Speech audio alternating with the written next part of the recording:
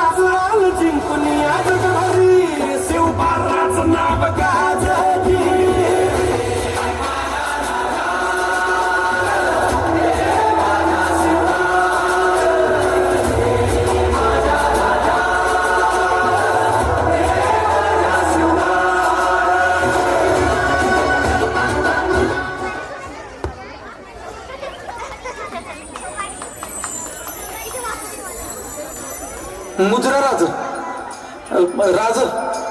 ते बाहेर राज बाहेर काय बाहेर बाहेर ते कसं सांगू, ते तमासगीर आल्यात आणि ते म्हणतात की राजांनी बोलवलंय. काय? अरे राजांना बदनाम करायची कोणाची हिंमत झाली एवढी? त्याची खांडळच ठेवतो मी. सुभेदार थांबा. घाईघाईनं केलेल्या वारामध्ये कधी कधी आपलाच हात कापला जाऊ शकतो. तुम्ही त्यांना इथेच बोलवा. त्यांचा न्याय निवाडा आम्ही इथेच करू. जी राजा.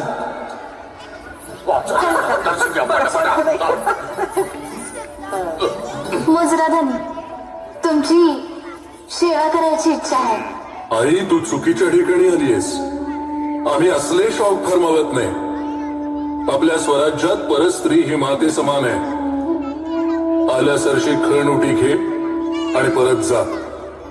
एक डाव शेवा घेऊन तर बघा, जन्मभर तुमच्या पाशीच ठेवताल. ए सोंगड्या, एकदा सांगितलेलं कळत नाही का? आता जातो गपकी. सुभेदार, या सोंगाड्याचा खेळ आम्ही आधीही पाहिलाय. आम्हाला मंजूर आहे तुमची सेवा. बहिर्जी, तुम्ही येणार ही खबर आम्हाला आधीच होती. बोला, काय खबर घेऊन आलात? अण्णाजी पंतांचा सांगावा घेऊन आलोय. पन्हाळा फत्तेवन आता कठीण आहे. आपलं नेहमीचं शस्त्र वापरावं लागणार, गनिमी कावा. पन्हाळा घ्यायचाच नाही, पण तो एकाच घावात घ्यायला हवा. आणि त्यासाठी आपला मराठी सुभेदार वाघ कोंडाजी फर्जंदच हवा.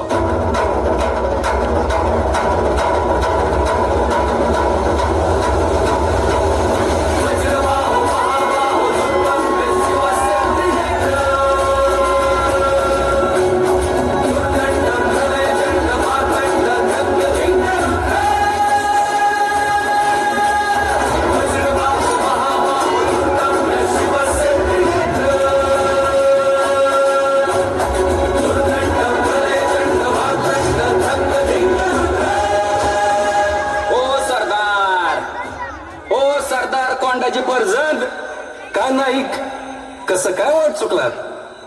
राजांचा सांगावा आहे. लगोलग गडावर बोलवले. चला की मग.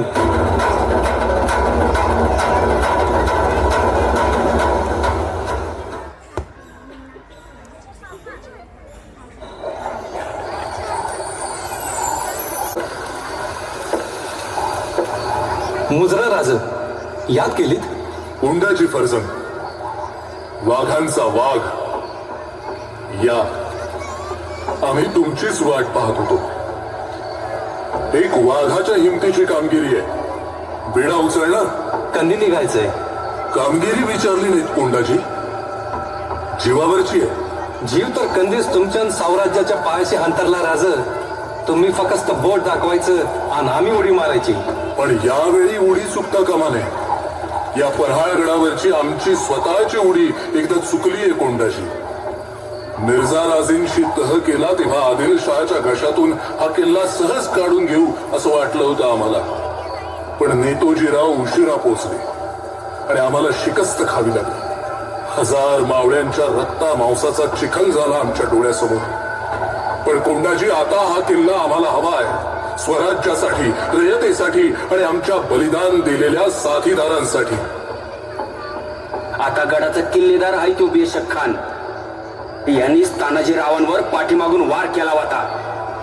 आधी मोगलाईत होता, आता आदिलशहाकडे आहे. किल्ल्यावर पाखरुबी जाऊ शकत नाही असा बंदोबस्त ठेवलाय. सध्या 2500 सैन्य आहे आणि अजून येण्याची शक्यता आहे. कोंडाजी, मग तुमचा काय बेत आहे? किती सैन्य देऊ? 5000? नगराज. मग 7000? नगराज. मग किती कोंडाजी? 60. फक्त 60?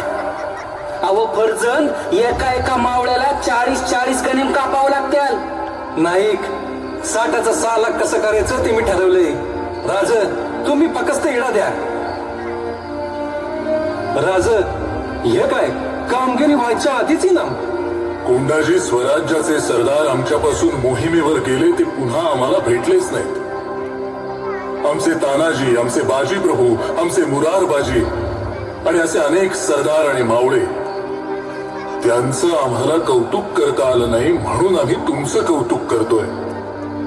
आणि कोंडाजी, तुम्ही सुखरूप परत यावं म्हणून आम्ही आई जगदंबे समोर आज गोंधळ घालतोय.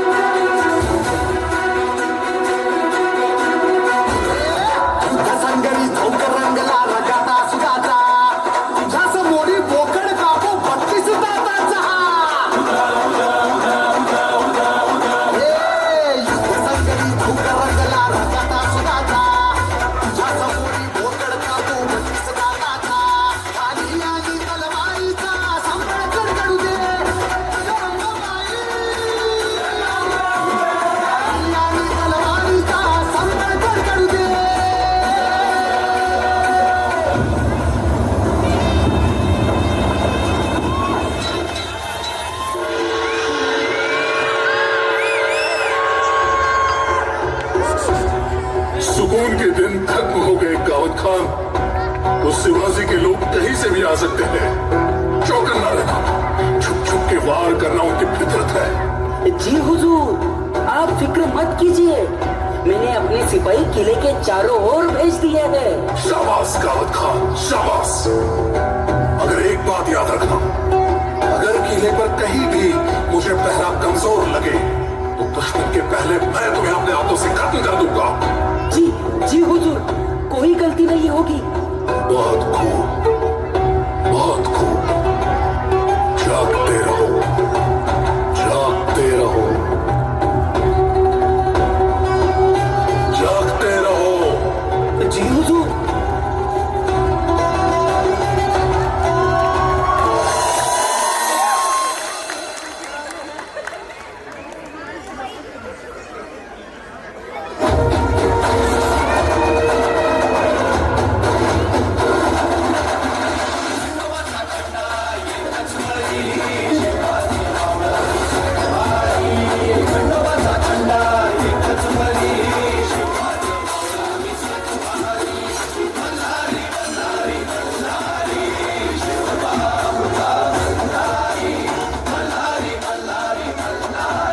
काय परजंग, कुठवर आली तयारी?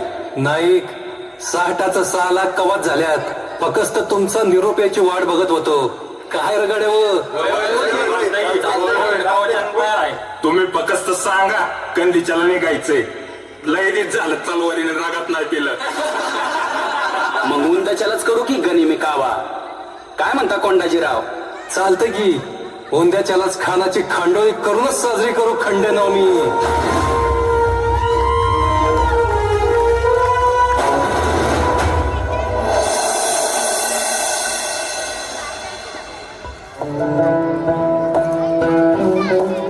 हुजूर, बाहर कोई नाचने वाली आई है, आपके लिए नजराना पेश करना चाहती है। बहुत खूब, पेश किया जाए। जी हुजूर.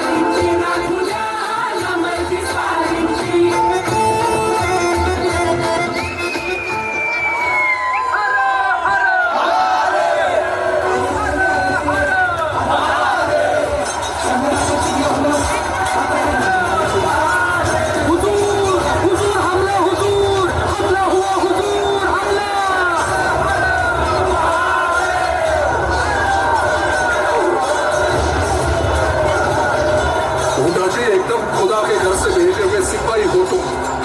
बादशाह औरंगजेब के गुलाम बन जाओ। जिंदगी में कभी भी नहीं देखा होगा उतना खजाना मिलेगा।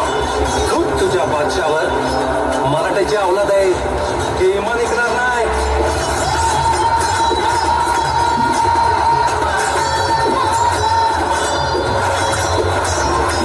इतना आसान नहीं है मुझे खत्म करके ये किला हासिल करना। अगर तुम्हारा शिवाजी भी आएगा तो भी उसके लिए नामुमकिन है।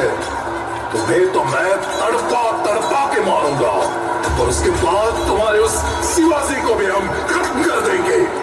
तूच तानाजीरावांच्या पाठीत वार केला बघास ना. आम्ही राजांची माणसं तू जगात पाठीवर वार नाही करणार. छाताड फोडून रागात पिऊ. तुझ्यासारख्या कोल्या कुत्र्यांना फाडून खाऊ आणि ढेक सुधी देणार नाही. अशी वाघाची जात आहे आमची.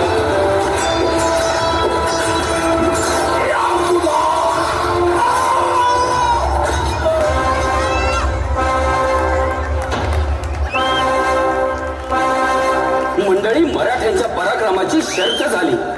अवघ्या 60 मावळ्यांनी पन्हाळा घेतला. कोंडाजींनी तानाजीरावांच्या हत्येचा सूड घेतला.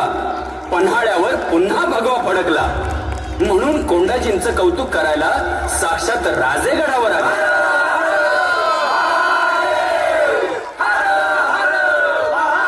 पन्हाळा फते केलात कोंढाजी, पन्हाळा फते केलात. जगदंब जगदंब.